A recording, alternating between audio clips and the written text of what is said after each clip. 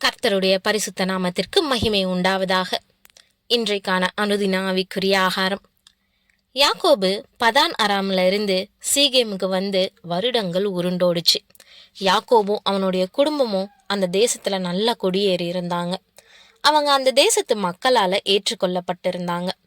அப்போ லேயால் யாக்கோபுக்கு பெற்ற குமாரத்தியாகிய தீனால் தேசத்து பெண்களை பார்க்க புறப்பட்டா.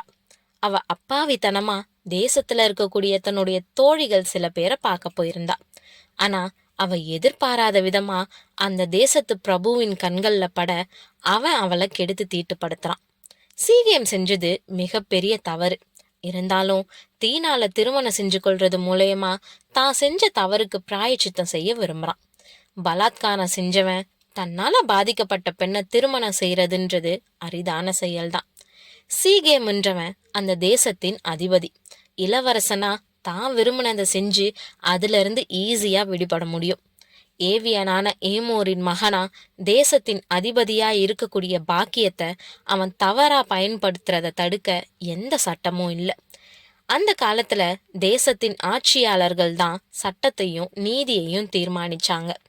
இங்க தீனாளினுடைய சம்பவத்துல சீகேம் அவளை நேசிச்சு அவளையே திருமணம் செஞ்சு கொள்ளவும் விரும்பினான். அவன் தீனாள் கிட்ட கனிவாவும் ரொம்ப அன்பாவும் இருந்தான். அவனுடைய ஆத்மா தீனாளோட வலுவா இணைஞ்சிருந்துச்சு. சில விவரிக்க முடியாத காரணங்களுக்காக அவன் உண்மையிலேயே தீனாளை நேசிச்சான். தேசத்தின் இளவரசனா அவன் தீனால பாலியல் பலாத்காரம் செஞ்ச பிறகு அவளை வெறுத்து நிராகரிச்சிருக்கலாம். அவனுடைய அதிகாரத்தையும் கெட்ட செயலையும் யார் எதிர்த்து கேள்வி கேட்பாங்க? சீகேமை நிர்வகிக்க கூடிய அதிகாரம் பெற்ற நபர் மட்டுமே கேள்வி கேட்க முடியும்.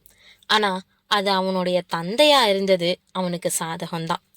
ஒரு பண்டைய சர்வாதிகாரி தன்னுடைய சொந்த மகனுக்கு எதிரா எப்போதாவது தீர்ப்பு சொல்லுவானா? சீகேம் தீனாவை மணக்க விரும்புறத பார்த்து ஏமோர் மிகவும் ஆச்சரியப்பட்டிருக்கணும். அதே நேரம் தீனால் பலாத்காரம் செய்யப்பட்ட செய்தி வேகமா யாக்கோபினுடைய காதுகளுக்கு வந்துச்சு. தன்னுடைய ஒரே மகள் பலாத்காரம் செய்யப்பட்டதா அறிஞ்ச ஒரு தகப்பன் படக்கூடிய வேதனை கொடுமையானதா இருந்திருக்கும் இல்லையா?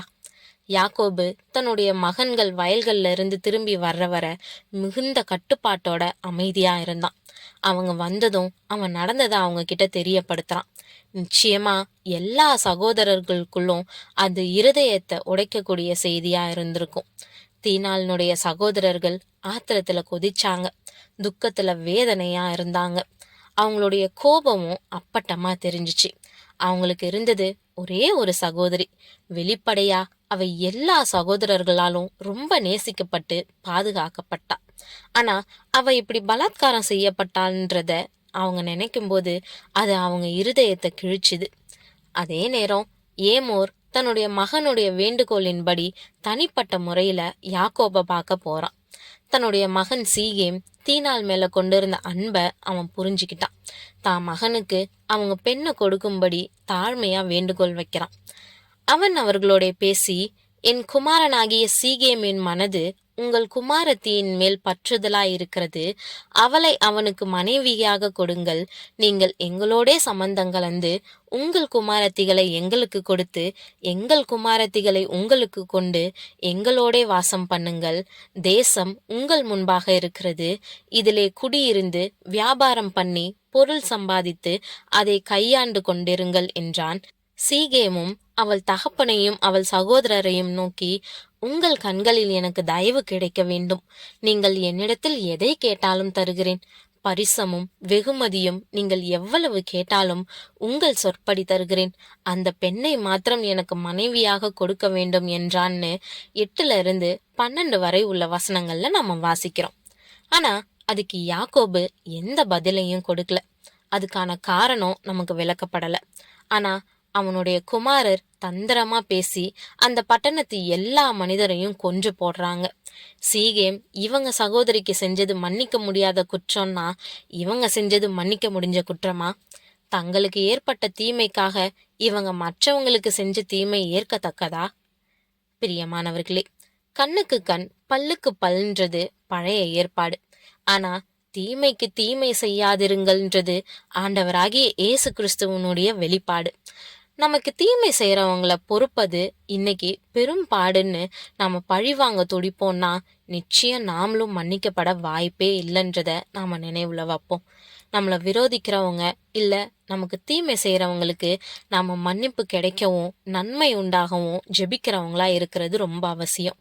சீகியம் செஞ்ச தவறுக்கு மன்னிப்பையும் அதை சரி செய்ய வாய்ப்பையும் தேடும்போது அதை கொடுக்க விருப்பம் இல்லைன்னாலும் அதுக்காக அந்த பட்டணத்து எல்லா மனுஷங்களை அழிச்சது மிகப்பெரிய பாவமாவே இருக்குது. யாக்கோபு நடந்ததை குறிச்சு பயப்படுறான். தன்னுடைய குமாரர்கள் மிகப்பெரிய மதியீனமான அதுவும் துணிகரமா செஞ்ச செயலுக்காக ரொம்ப வருத்தப்படுறான். நமக்கு ஏற்படக்கூடிய தீமைகளை சகிக்கிறது மட்டும் இல்லாம அதை குறிச்சு கர்த்தர்கிட்ட தெரிவிச்சு தேவனுக்கு பிரியமான வழியில நடக்க நாம நம்மளுடைய இருதயத்தை பக்குவப்படுத்துவோம். பழி வாங்கக்கூடிய எண்ணங்களை அழிப்போம். பரிசுத்தம் காப்போம். தேவன் தாமே கிருபையும் தயையும் செய்வாராக. ஆமேன்.